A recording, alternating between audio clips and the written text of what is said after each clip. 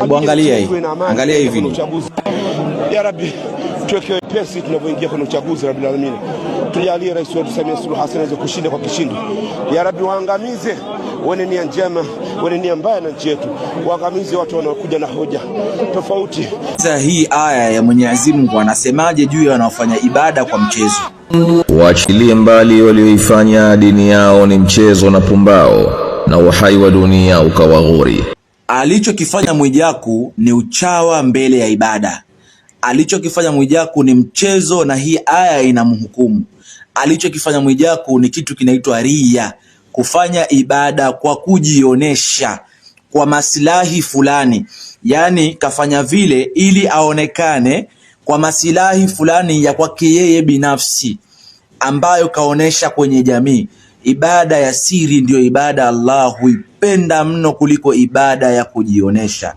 Mnafiki ni yule anayefanya ibada kwa kujionesha. Walikuwepo hawa wanafiki siku ya kipindi cha Mtume Muhammad sallallahu alaihi wasallam, wanakwenda kufanya ibada kwa kujionesha ili waonekane kwamba wanafanya ibada. Hii ni ria, na jiepushe sana kwenye maisha yako kufanya ibada kwa kujionesha. Siku zote fanya ibada kwa ikhlasi. Fanya ibada kwa kujitoa kwa moyo, kwa ikhlasi.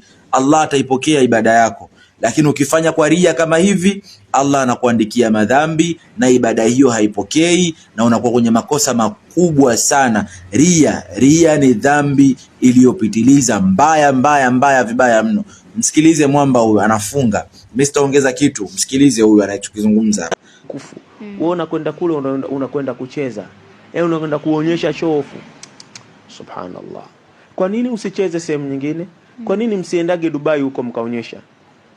Kwa nini msiende Uturuki huko mkaonyesha show off zenu? Kwa nini msiende huko maeneo mengine ambapo mnaendaga kwa ajili ya kufanya mambo yenu? Kwa nini uende sehemu tukufu ya mji wa Maka pamoja na Madina? Uende kufanya show off yani pale. Na hawa ambao pia nyie matajiri mnaowalipia watu design hii. Yani na nyie matajiri ni kweli mna ikhlasi na uchamungu wa kweli kwa ajili ya dini, mtakwenda kuulizwa mbele ya Allah subhanahu wa ta'ala, na pesa zenu hizo Allah atakwenda kuwauliza. Kuna watu wana haki ya kupewa, hamuwapi. Mnawapa watu wasiokuwa na msingi, wasiokuwa na maana kabisa, ambao wanafanya vitu vya ajabu visivyokuwa na misingi ya dini, bali ni kudhalilisha dini na kushusha thamani ya Uislamu. Yani leo hii asiyekuwa Muislamu akiona kuna mtu anafanya tu kwenye show kwenye sehemu ya Al-Kaaba, kwenye ardhi ya Maka, kwenye ardhi ya Madina, hivi itakuwaje? Yani maana yake si wanachukulia kama Uislamu ni poa tu. Maana yake utachukulia Uislamu ni kitu cha kawaida tu. Yani maana yake katika Al-Kaaba ambao tukufu tunaielekea kwa lengo la kufanya ibada. Alafu leo kuna mtu anakwenda kufanya yani anakwenda kuleta tu maneno ya porojo, maneno tu ya shofu. Subhanallah. Kwa hakika ni kuudhalili Uislamu. Na nyinyi ambao mnadhamini vitu kama hivi, Allah atakwenda kuwauliza siku ya kiyama. Kwa sababu leo mnaweza mkasema bwana tuna walinzi watatugadi, tuna watu watatunanili kwa kuwa tuna nguvu ya kipesa. Niwaambie ya kuwa ipo siku mtakutana na Mwenyezi Mungu Subhanahu wa Ta'ala. Alafu ile tutakwenda kulijibu mbele ya Allah Tabaraka wa Ta'ala. Waachilie mbali walioifanya dini yao ni mchezo na pumbao, na uhai wa dunia ukawaghuri. Nawe kumbusha kwayo, isije nafsi ikaangamizwa kwa sababu ya iliyoyachuma.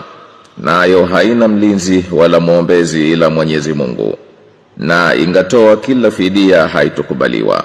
Hao ndio walioangamizwa kwa sababu ya yale waliyoyachuma. Wao watapata kinywaji cha maji ya moto kabisa, na adhabu chungu kwa sababu ya kukanusha. Mwisho huu ni ukumbusho, na utamfaa yule ambaye mwenye kuamini. Kama hujaamini, hauwezi kukufaa ukumbusho huu. Jiepushe na ria. Usisahau kunifollow, share kwa kila umpendaye. Tumsikilize Mwijaku naye alisema nini juu ya tuhuma hizo ambazo zilizotolewa na mashehe. Niliingia kwenye ukurasa wa Global TV, nimekutana na ustazi. Naona anataka kunishambulia. Sijajua jina lake anaitwa ustazi nani, lakini nimwambie ustazi, kaa darasani usome. Usishindane na mimi. Mimi nina elimu ya dunia, nina elimu ya akhira. Nimejifunza dini naijua.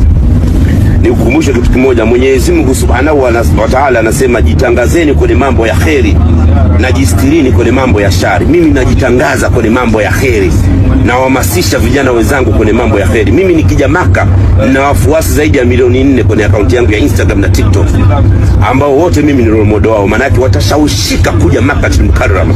Tunasema show off. Wewe show off unaijua wewe? Acha wivu, huo ni wivu. Na nyinyi ndio mnaotukwamisha Waislamu, nyinyi wivu wenu nafsi yako imekaa. Wa alaikumussalam wa rahmatullahi wa barakatuh. Mwijaku, hakuna anayekuonea wivu katika ibada ya ria, hakuna anayekuonea choyo. Na hao unaosema ni wafuasi wako na washawishi unafanya ibada kwa kujionesha ili ushawishi wengine, ndio hao ambao sisi tunasemea ili wasifanye ibada kwa ria kama unavyofanya wewe. Uliposti picha hii hapa, hata mimi nilifurahi, mashallah. Hii picha haina shida. Nikaja ukaposti hii video ukisema labbaik Allahumma labbaik, labbaik la sharika. Hata mimi nilifurahi, mashallah, baada ya kuona. Ni vizuri. Kile ulichokifanya sio kosa. Kosa ulilokuja kulifanya ni hapa ulipofika kwenye Al-Kaaba. Hii video ulipofika hapa kwenye Al-Kaaba, hapa ndipo ulipokuja kukosea. Hapa ndipo ulipoifanya ria. Mara ngapi tunawaona wasanii wakubwa, brand influencers. Tunakubali wewe ni brand influencer, ni mtu maarufu, una wafuasi wengi, lakini umeenda kuwafundisha kufanya ria, si kufanya ibada. Tunawaona mashekhe wakubwa wanaondoka wanakwenda Maka kule, lakini wanakwenda kutufunza. Utamkuta katoka, anajinasi kabisa, niko hapa mji mtukufu wa Makkatul Mukarrama, hapa nipo kwenye kaburi la Mtume, anatuonesha. Katoka hapo kaenda kazuka, kafika labda Jabal Hira, katoka kaenda sehemu tofauti, kaenda viwanja vya Mina, viwanja vya Arafa, anatufundisha. Wewe ulipaswa utufundishe, sio kwenda kujionesha unachokifanya katika ibada yako. Umefika kabisa kwenye Al-Kaaba, sehemu tukufu, umefanikiwa kugusa Al-Kaaba, sehemu ambayo ukieleza shida yako yoyote Allah Subhanahu wa Ta'ala anakuonesha. Wewe umefika kwanza Maka, jambo la kwanza umeenda kutangaza sabuni ya Wasafi. Jambo la pili, umefika pale, Mwenyezi Mungu inusuru nchi yetu. Wale ambao kwanza umewakandia chama pinzani kujionesha kwa chama tawala kwamba wewe unakipenda chama tawala. Mjalie rais wetu kujipendekeza mbele ya rais. Ule ni uchawa kwenye ibada. Unawashawishi vijana, unawashawishi wafanye ibada kwa kujionesha. Hiyo ni dhima kwako kwa Allah Subhanahu wa Ta'ala. Hakuna anayekuhukumu, mhukumuji ni Allah Subhanahu wa Ta'ala. Ila tunakumbushana, haujajibu kwa hikma, umejibu kwa kupaniki na kwa kukurupuka. Alafu kuna siku nilishawahi kusema hapa, kuna mambo mawili. Kuna mpumbavu na mshenzi. Hawa watu niliwatajaga tafsiri zao. Nikasema mshenzi ni yule ambaye anaifanya jambo, anajua hiki ninachokifanya ni makosa, akafanya makusudi ili kutegemea attention ya watu. Makusudi akafanya, anaona hichi ni kisima, watu wanateka maji, yeye anaenda kukojoa. Huyu ni mshenzi. Alafu nikasema kuna mpumbavu. Mpumbavu ni yule ambaye anakosea, akaambiwa juu anachokifanya kwamba hiki unachokifanya ni makosa, lakini yeye akasema ni mimi niko sahihi, haya si makosa, kwamba yeye anajua zaidi ya yule aliyemuelekeza. Kwenye Uislamu tunakumbushana, kwenye Uislamu tunaambiana ukweli, hakuna kufichana. Na ndio maana dini yetu imenyoka hivi, na ndio tunaambiwa ukweli hautaachwa. Uislamu sio dini ya demokrasia kwamba kila mtu afanye anachojisikia. Uislamu ni dini ya sheria. Utaambiwa pale ulipokosea. Kwa habari na matukio mbalimbali, usisahau kubonyeza batani nyekundu yenye neno subscribe na alama ya kengele ambayo itakayojitokeza. Je, Mwijaku alikuwa sahihi? Dondosha komenti yako hapo chini. Mbali walioifanya dini yao ni mchezo na pumbao, na uhai wa dunia ukawaghuri. Nawe kumbusha kwayo, isije nafsi ikaangamizwa kwa sababu ya iliyoyachuma. Nayo haina mlinzi wala mwombezi ila Mwenyezi Mungu, na ingatoa kila fidia haitokubaliwa. Hao ndio walioangamizwa kwa sababu ya yale waliyoyachuma. Wao watapata kinywaji cha maji ya moto kabisa na adhabu chungu kwa sababu ya kukanusha. Tujitahidi ndugu zangu, tunapofanya ibada tusifanye ibada kwa ria.